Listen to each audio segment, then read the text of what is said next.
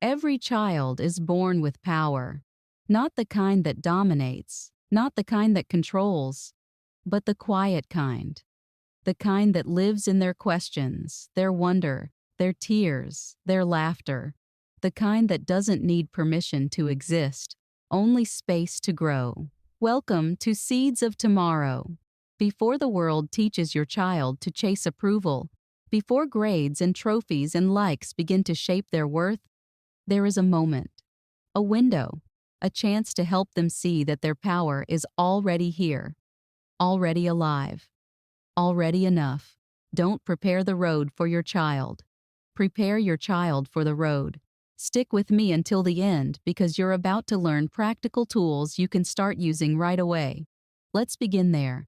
Children are naturally powerful. They are curious. They are imaginative. They are persistent. They feel deeply. They bounce back. They ask why. These are not just traits. They are tools. They are strengths. They are the roots of resilience, creativity, and wisdom. But too often, these strengths go unnoticed, or worse, misunderstood. A child who asks too many questions is called disruptive. A child who feels deeply is told to toughen up. A child who insists on doing it their way is labeled difficult. And slowly, the message becomes clear. Your power is a problem. Your uniqueness is inconvenient. Your voice is too loud, too soft, too much. So how do we change that? We begin by seeing differently. When your child asks 100 questions, don't rush to answer. Don't shut it down. Pause. Smile. Say, I love how curious you are, because curiosity is power. It's the beginning of wisdom. It's the spark that leads to discovery. When your child gets frustrated but keeps trying, don't just praise the result. Notice the effort. Say, you didn't give up. That's strength. Because persistence is power. It's the root of resilience. It's the muscle that carries them through challenge. When your child imagines wild stories, draws strange creatures, builds worlds out of cardboard, don't correct. Don't redirect. Say, your imagination is amazing, because imagination is power. It's the birthplace of innovation. It's how they learn to see beyond what is. When your child cries easily, feels deeply, gets overwhelmed, don't dismiss, don't fix. Say, your heart is strong, it feels a lot. That's a gift, because emotional depth is power. It's the foundation of empathy. It's how they connect, care, and lead. And when your child stands up for themselves, says no, asks for space, don't punish, don't shame. Say, I respect your voice. You're learning to protect yourself. Because boundaries are power. They are the roots of self-respect. They are how your child learns to belong without betraying themselves. So what does this look like in daily life? It looks like slowing down. It looks like noticing. It looks like naming the strength beneath the behavior. Instead of saying, you're being stubborn, say, you're really committed to your idea. Let's talk about it. Instead of, stop crying, say, your feelings matter. I'm here. Instead of, why do you always ask so many questions? Say, you're thinking deeply. That's a powerful brain at work. These small shifts change everything. They teach your child that their power is welcome, that it doesn't need to be hidden, that it doesn't need to be earned, that it already belongs. And when a child feels safe in their power, they begin to trust themselves. They begin to explore. They begin to lead. But this doesn't mean letting go of boundaries. It means building boundaries with respect. It means guiding without controlling. It means parenting with presence, not pressure. Because your child's power is not something to manage. It's something to nurture. So take a moment today. Watch closely. Listen deeply. And ask yourself, what strength is trying to speak through this behavior? Is it courage? Is it creativity? Is it sensitivity? Is it persistence? Name it. Celebrate it. Protect it. Because when you do, you're not just parenting, you're empowering. You're helping your child build a relationship with their own strength, one that doesn't depend on applause, one that doesn't disappear in failure, one that stays, quietly, steadily, with them for life. Not all power looks the same. Some power is quiet, rooted, steady. It lives in self-trust, in emotional clarity, in the ability to choose with intention. And some power is loud, reactive, performative. It lives in the need to be seen, to be praised, to be in control. Children learn both. They learn what gets attention. They learn what earns approval. They learn what makes them feel safe, even if it's not truly safe. And slowly, they begin to shape their behavior around those signals, not because they're manipulative, but because they're human, because belonging matters, because survival sometimes means performance. So how do we help our children stay connected to real power? The kind that doesn't depend on applause, the kind that doesn't disappear when they fail, the kind that lives inside them, not outside. We begin by noticing the difference. Real power feels calm, it feels clear, it feels like choice. Performative power feels anxious, it feels urgent, it feels like proving. Let's take an example. A child insists on winning every game. They get upset when they lose. They bend the rules. They seek control. This isn't just competitiveness, it's a signal, a sign that their sense of worth is tied to performance. Now imagine a child who plays with joy, who loses and learns, who celebrates others. That's real power. It's rooted in self-worth, not outcome. So when you see performative power, don't shame it. Don't punish it. Get curious. Ask, what are you feeling right now? What made that moment feel so important? What were you hoping would happen? These questions open doors. They shift the focus from behavior to meaning. They help the child reflect, not react. Next, validate the real power when it shows up. When your child makes a kind choice, even when no one's watching, notice it. Say, "That was thoughtful. You didn't need to do that, but you chose to." When they admit a mistake, say, "That takes courage. I'm proud of your honesty." When they walk away from drama, say, "You protected your peace." That's strength. These affirmations build identity. They tell the child, you are powerful because of who you are, not what you perform. Let's also talk about attention. Children need attention. It's how they feel seen. But when attention becomes the only source of validation, they begin to chase it. They become louder, more dramatic, more reactive. So offer attention for being, not just doing. Sit beside them in silence. Ask about their thoughts. Notice their presence. Say, "I love being near you," or "I enjoy who you are." This kind of attention teaches them that they don't need to perform to be loved. They just need to be. Now let's explore perfectionism. Some children equate power with being flawless. They fear mistakes. They avoid risks. They seek control. This isn't confidence. It's fear in disguise. So normalize imperfection. Say, "Mistakes help us grow." Or, "You don't have to be perfect to be amazing." Share your own failures. Laugh at your own missteps. Model self-compassion. Because when children see that imperfection is safe, they stop chasing perfection and start embracing growth. Let's also talk about control. Children often seek control when they feel powerless. They may boss others, refuse help, demand things. This isn't defiance. It's a cry for agency. So offer real choices. Let them lead where it's safe. Say, "You get to decide how we spend the next 10 minutes. Or, "Would you like to do this now or after lunch?" These small choices restore balance. They teach the child that power doesn't mean domination. It means participation. And finally, Help them name their true strengths. Ask, what do you love about yourself? What makes you feel strong? What are you proud of? Let them answer freely. Let them surprise you.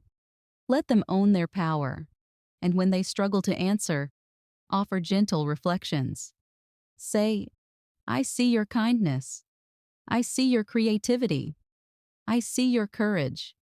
Because sometimes children need to borrow our eyes until they learn to see themselves clearly. So what does all this mean? It means that helping your child stay grounded in real power is not about removing their need for approval. It's about expanding their sense of worth.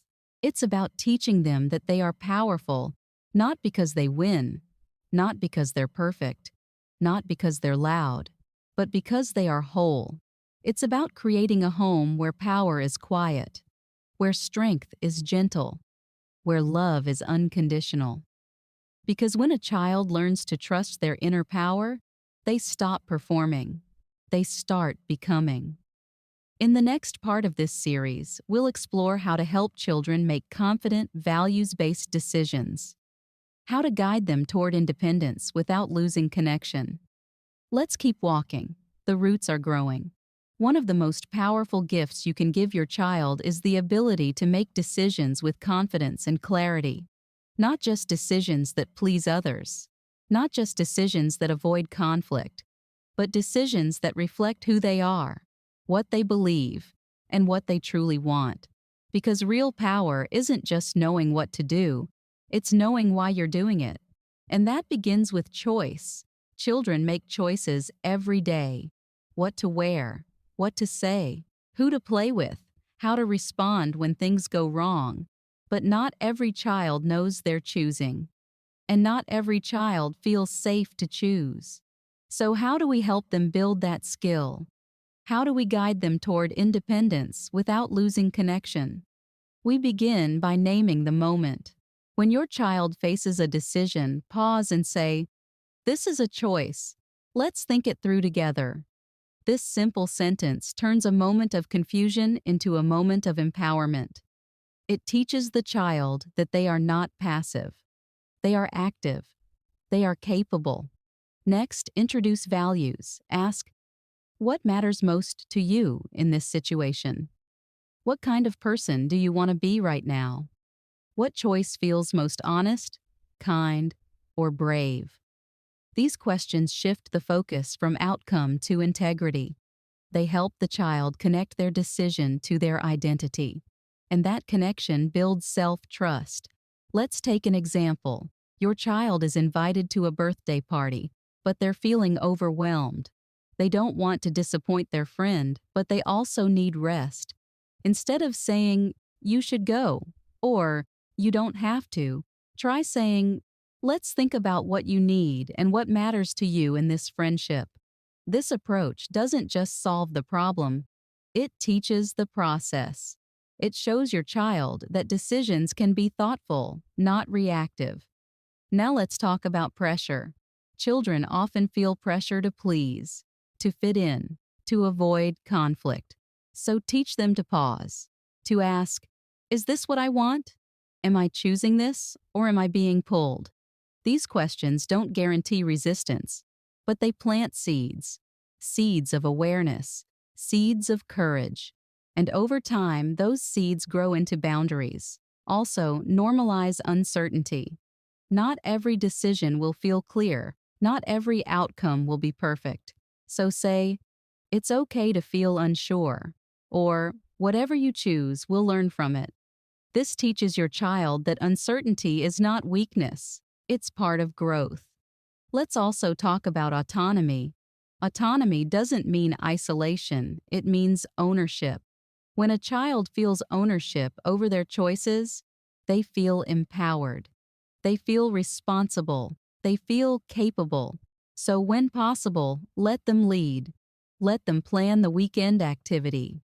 Let them organize their space. Let them decide how to approach a challenge. And when they succeed, celebrate. When they struggle, support. But always remind them, this is your journey. I'm here beside you.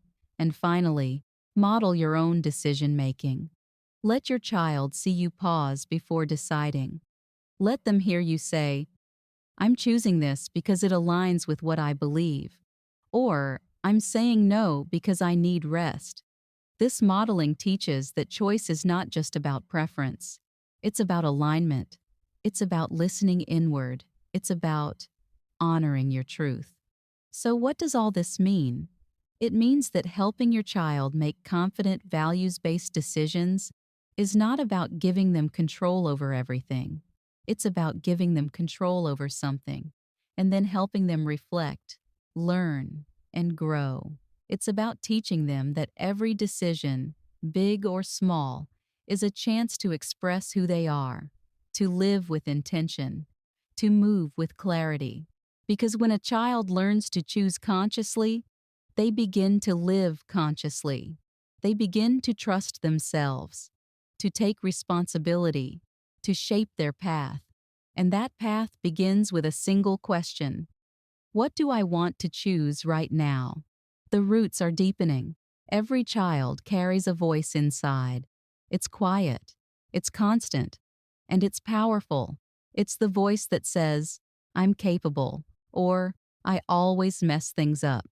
The voice that whispers, I'm safe, or no one really sees me. This voice doesn't come from nowhere. It's built, word by word, moment by moment, experience by experience, and more often than we realize, it's built by us.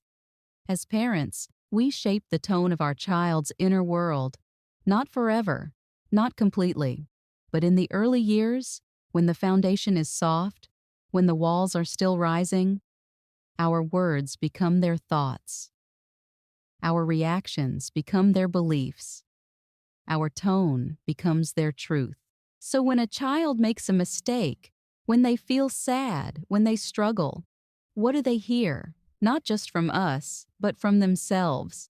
Because the real question is not, did they fail? It's, what story did they tell themselves about that moment? Let's pause here. Imagine a child who spills a glass of juice. They freeze. They say, I ruin everything. Now, you could say, no, you don't. Or, it's just juice. But what if you said, sounds like you're feeling frustrated with yourself. Want to talk about it? That response doesn't just clean up the mess. It cleans up the meaning. It tells the child, I see you. I hear you. You're more than this moment. And that's where healing begins. Because children don't need perfect parents. They need present ones. Ones who notice. Ones who name. Ones who nurture. Let's go deeper. Self-talk is often shaped by repeated experiences. If a child is constantly corrected, they may internalize the belief that they're always wrong. If a child is constantly praised only when they succeed, they may believe that their worth is tied to achievement. But if a child is seen, heard, and valued, especially in moments of failure, they begin to build a voice that is kind, curious, resilient, and that voice becomes their compass. It guides them through challenges. It steadies them in storms. It reminds them of who they are. So how do we help build that voice? We model it. We speak kindly to ourselves in front of them. We say, that didn't go as I hoped, but I'll figure it out. We show them that adults fail too, that we stumble, that we learn. We also create space. Space for reflection, space for emotion, space for silence. Because sometimes the inner voice needs quiet to grow. And we ask questions, not to interrogate, but to invite. Questions like, what did you learn from that? Or, what would you say to a friend who felt the way you do? These questions shift perspective. They open doors. They plant seeds. And over time, those seeds become stories. Stories of strength. Stories of growth. Stories of possibility. Let's not forget the power of repetition. The phrases we use often become the phrases our children repeat. So let's choose wisely. Let's say, mistakes help us learn. Feelings are okay. You're growing every day. Let's make these phrases part of the fabric of our homes, part of the rhythm of our days. Because when a child hears these messages enough, they begin to believe them. And when they believe them, they begin to live them. And that's the goal. Not to shield our children from struggle, but to equip them with a voice that can carry them through it. A voice that says, I am enough. I am learning. I am strong.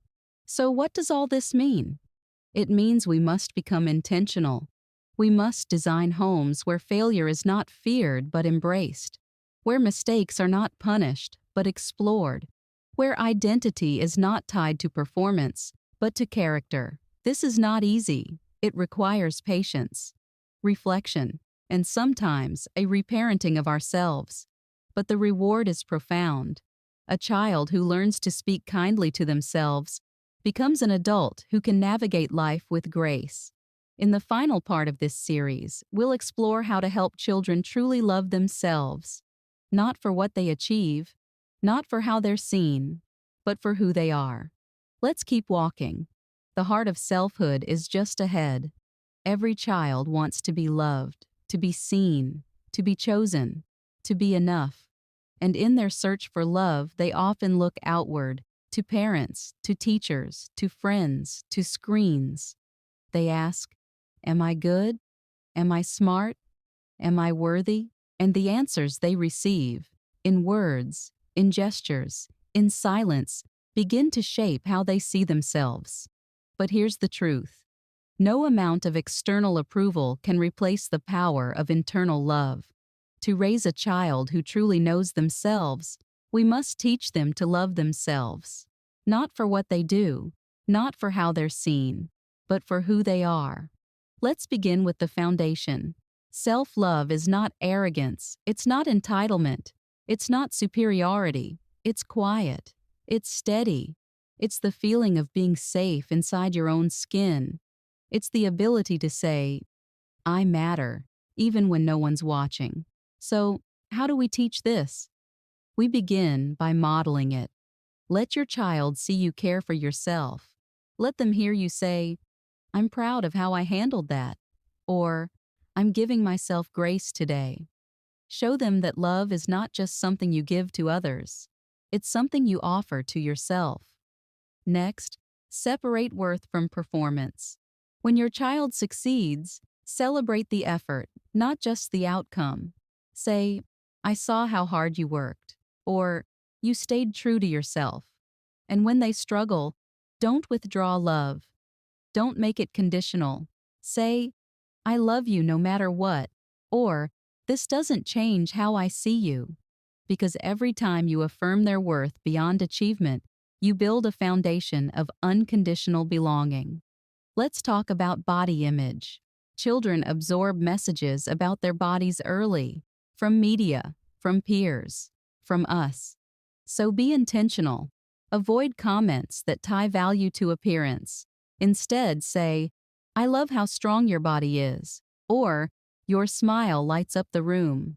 And most importantly, speak kindly about your own body, because your child is listening and learning.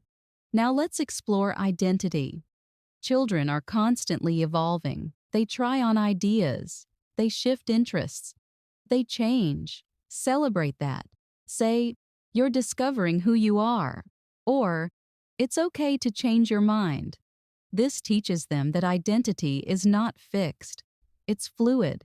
It's alive. And that they are allowed to grow.